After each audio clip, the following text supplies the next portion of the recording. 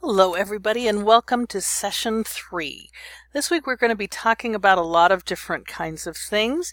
If you've had a chance to dip into Verzu, you already know that we're going to be looking at scope and at launching the project altogether. Verzu will touch on establishing rules for the project, sort of a charter, statement of work, and of course the scope and how to control that scope, which becomes critically important. Another article that you're going to be reading is from HBR. This is Turner's Consulting is More Than Giving Advice. That particular article has a lot in it about the different types of consulting projects. So take a good look at it and try to match what you're doing with your client to the project types that are mentioned there, each with a different purpose. Projects are defined by purpose. So take a look at what is the purpose of your project and how does it fit into one of those categories, because those categories in that particular article will then also kind of help you define how you're going to approach the client, how you're going to approach the project, what kinds of questions you're going to ask, just a whole range of different kinds of things. So take a good look at that particular article as you go forward. To get started today, what we're going to start with is to take a look at our toolbox. What is in our consultant's toolbox? And we have quite a few things in our toolbox. It's not like a regular toolbox with hammers and nails and screwdrivers, of course, but tools they are, and important ones are they for our for distributing and working with our clients. The very first piece in this client toolbox, which I might even classify as the toolbox, this is sort of the holder of all of the tools, is the client partnership. Your client partnership forms the foundation, forms the basis for everything you do. Defining that, understanding what that is critically important. It's important that you and the client understand that this is a 50-50 deal, that you're going to give everything that you need, that you have and that you can do for the client, your expertise, your knowledge, your ability to dig deep and research. But at the same time, the client has to be forthcoming as well. So the client is going to provide different kinds of data, different kinds of information, access to people that you need to ask questions of, just a wide range of things. And if they're not able, if they don't have the time or the inclination to participate in that way, they may not be the right client for you. Inside that toolbox of that client partnership, you have a number of different tools. And the very first one on the list is first for a very important reason. It is critical to having a good consulting project, and that is the ability to question. Really good consultants know how to ask questions, and they ask really good questions. We're going to dig a little deeper into questioning in just a minute, but let's just say right now for the time being that it is one of your most important tools. That next tool is a relationship building, and while you have the client partnership as a base, what you want to do within that client partnership is create really healthy relationships. And that means healthy relationships with your team members, healthy relationships with your partners, and healthy relationships with anybody else who might have information that you might need in order to make this a successful partnership. So that relationship building becomes very important. Behavior modeling is all about demonstrating behavior that you want the client to have, and other members of your team as well. So exemplify the kind of behavior that you want others to follow. That behavior for a client might include things like delivering on time. And when you deliver on time, or when you ask for things on time, then they will be also more inclined to deliver on time for you, to be forthcoming with information, with advice, so that in turn they will be forthcoming with information, advice, to create an environment of trust, because you do what you say you're going to do.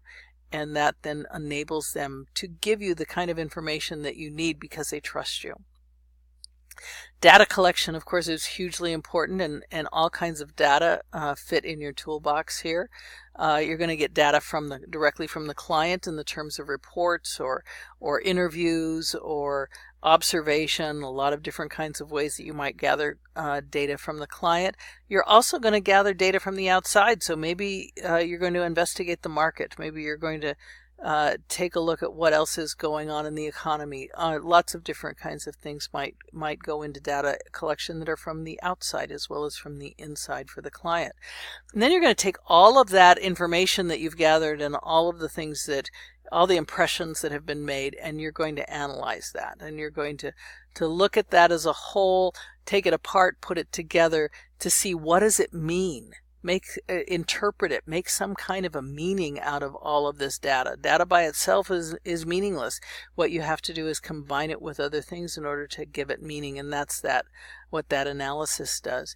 And then from the analysis, you begin to create a story. You begin to formulate a story of what's going on with this business, as well as perhaps what could be.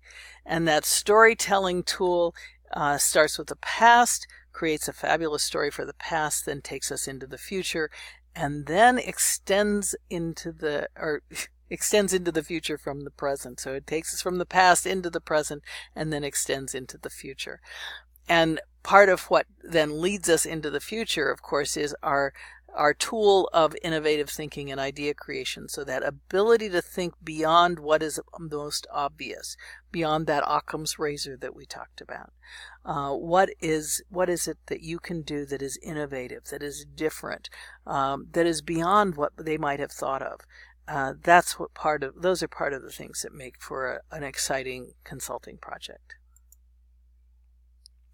So we said we were going to dig a little deeper into one of the tools, and the first tool we're going to take a look at here, or the tool we're going to look at here today, is the tool of inquiry, or humble inquiry. We call it in terms of consulting. This is a most powerful kind of question you can ask because it will not put people on the defensive. It opens people up. It allows them to talk. Humble inquiry is when we ask from a point of genuine curiosity. We don't pull in our assumptions. When you pull assumptions into a question, it means that you already know the answer. You're just asking the question so that the person has to say it. So that's not the kind of question that we're looking for. It's not coming from a point of judgment. So a question that serves to show people how wrong they are or how right you are. Those kinds of questions also put people on the defensive and will get you very little information. So we want to look at things from a point of genuine curiosity. Now, what does that look like exactly? Well, let's take a look at a couple of different kinds of questions. These questions on the left are questions based on assumption and judgment. These are not humble inquiry questions. They will not lead to any kind of learning that you will be able to apply to your project. On the right-hand side are humble inquiry types of questions. These are the kinds of questions that encourage learning both by you and by your client. So let's compare one or two of them to see what we mean here. So let's say you start out with your client, you're presenting a bunch of ideas, you've got some thoughts, perhaps you're interpreting something that you say, that they've said, and then you end with, now don't you agree? Well, that stops the conversation. Now they can say, they know they're supposed to say yes, because that's kind of how this is framed. And if they say no, then you've got kind of an adversarial relationship that started. On the other hand, you're going to learn a whole lot more if you present a bunch of ideas and say something like, that's kind of the way I see it, and how do you see this differently? And they may say, no, I think you're dead on. That's exactly what I see too. Or they may say, well, I see some of the things that you say, but on contrary, I also see this, this, and this. It gives you much more information, opportunities to learn about what the problem is, as well as possibilities about what the solutions might be, just all kinds of things that might come out of that. So listen without judgment, or ask without judgment. Take a look at some of these other questions. One of my favorite question here on the humble inquiry side is say more about that. Tell me more. So somebody is talking as opposed to you going in and making judgments or assumptions about what they're saying and trying to interpret for them. Instead, have them interpret themselves. Tell me more about that. What exactly do you mean by that? I want to hear what's underneath what you're talking about. Say more about that. And you can say that lots of times and get lots of information. So take a look at these kinds of questions and make this the focus of the kinds of questions that you ask. Okay, so in your mod right now in in this homepage for this week, what we have is a video for you to watch. This is Rachel Hersher, who's talking a little bit about asking the right questions. She's very down to earth. She's got a very straightforward style, but she's dead on in terms of how to ask the right questions. So take a look at this, and then come on back and we'll talk some more.